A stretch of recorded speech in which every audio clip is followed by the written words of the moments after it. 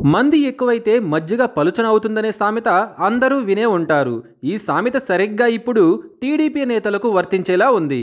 2024లో జరిగిన ఎన్నికల్లో కూటమి భారీ విజయాన్ని సొంతం చేసుకుంది. టీడీపీ, జనసేన, బీజేపీ పార్టీలు కలిసి వైసీపీని ఓడించాయి. కూటమి ఏకంగా 164 స్థానాల్లో విజయం సాధించింది. అధికార వైసీపీ కేవలం 11 స్థానాలకు మాత్రమే పరిమితమైంది. టీడీపీ సొంతగా ప్రభుత్వాన్ని ఏర్పాటు చేసుకుని సీట్లను సొంతం చేసుకోవడంతో ఆ పార్టీ ఎమ్మెల్యేలు అతిగా ప్రవర్తిస్తున్నారు.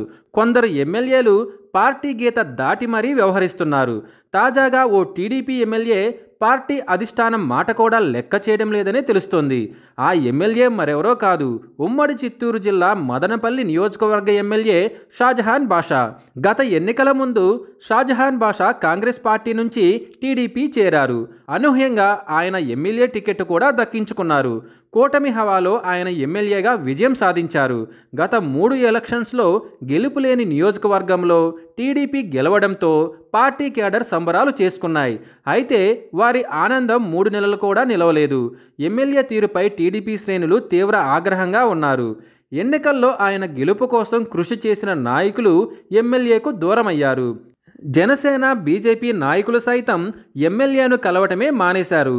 పైగా తహసీల్దార్తో గొడవతో ఎమ్మెల్యే పరువు మొత్తం రోడ్డున పడేలా చేసింది. తీరు మార్చుకోవాలని ఎమ్మెల్యేని నారా లోకేష్ హెచ్చరించినా ఆయనలో ఎటువంటి మార్పు కనిపించడం లేదు.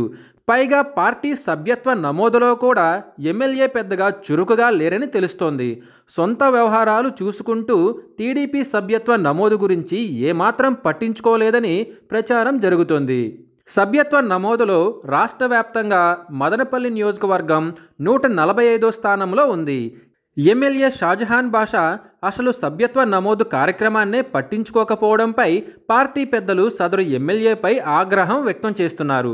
మరి అధిష్టానం ఇచ్చిన వార్నింగ్తో అయినా ఎమ్మెల్యే తీరులో మార్పు వస్తుందో లేదో చూడాలి.